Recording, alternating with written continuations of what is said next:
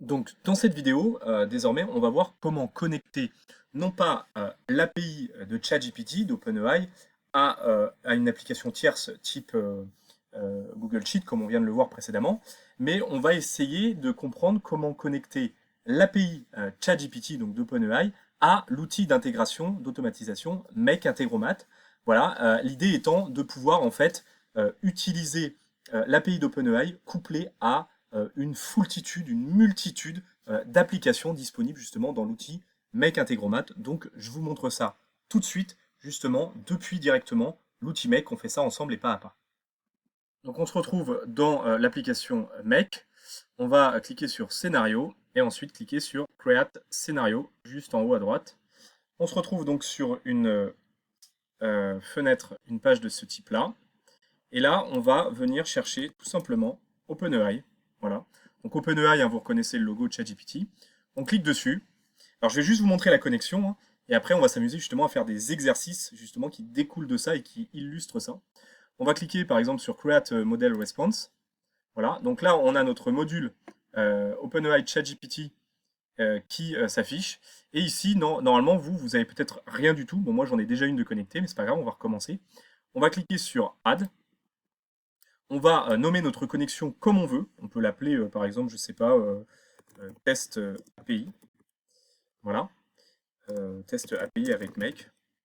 Voilà, donc vraiment, vous lui donnez le nom que vous voulez. Et ici, vous allez voir, il va vous demander une clé API. Alors, normalement, à ce stade, vous êtes familier avec ça, mais du coup, vous l'aurez compris, il va falloir, pour connecter l'API d'OpenAI avec l'outil Make, eh bien, il va falloir renseigner deux champs, l'API key, donc pour lequel maintenant vous êtes familier, mais on va quand même le refaire, et l'Organization ID.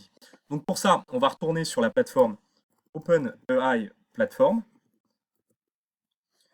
Donc c'est bien, c'est un redit, mais ça va nous permettre de voir, enfin de revoir ce qu'il en est. Donc vous voyez, alors attention à ne pas vous tromper, hein, c'est vraiment celle-là, https://platform.openai.com. Donc on clique dessus. Donc là c'est pareil, hein, je ne vous refais pas, login, mot de passe, ou alors vous vous signez si vous n'avez pas encore de compte.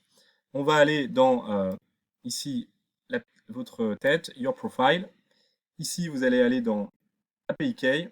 Et là, vous allez générer une API Key, sauf si vous avez gardé la précédente. Évidemment, vous pouvez la réutiliser. Donc là, c'était l'API que j'ai utilisée dans un module précédent. Je vais la supprimer. Alors évidemment, si je supprime cette API, l'automatisation avec Google Sheet, là en l'occurrence, puisque c'était ça, ne fonctionnera plus. Euh, mais sinon, vous pouvez la laisser. Donc on va en créer une nouvelle en cliquant ici.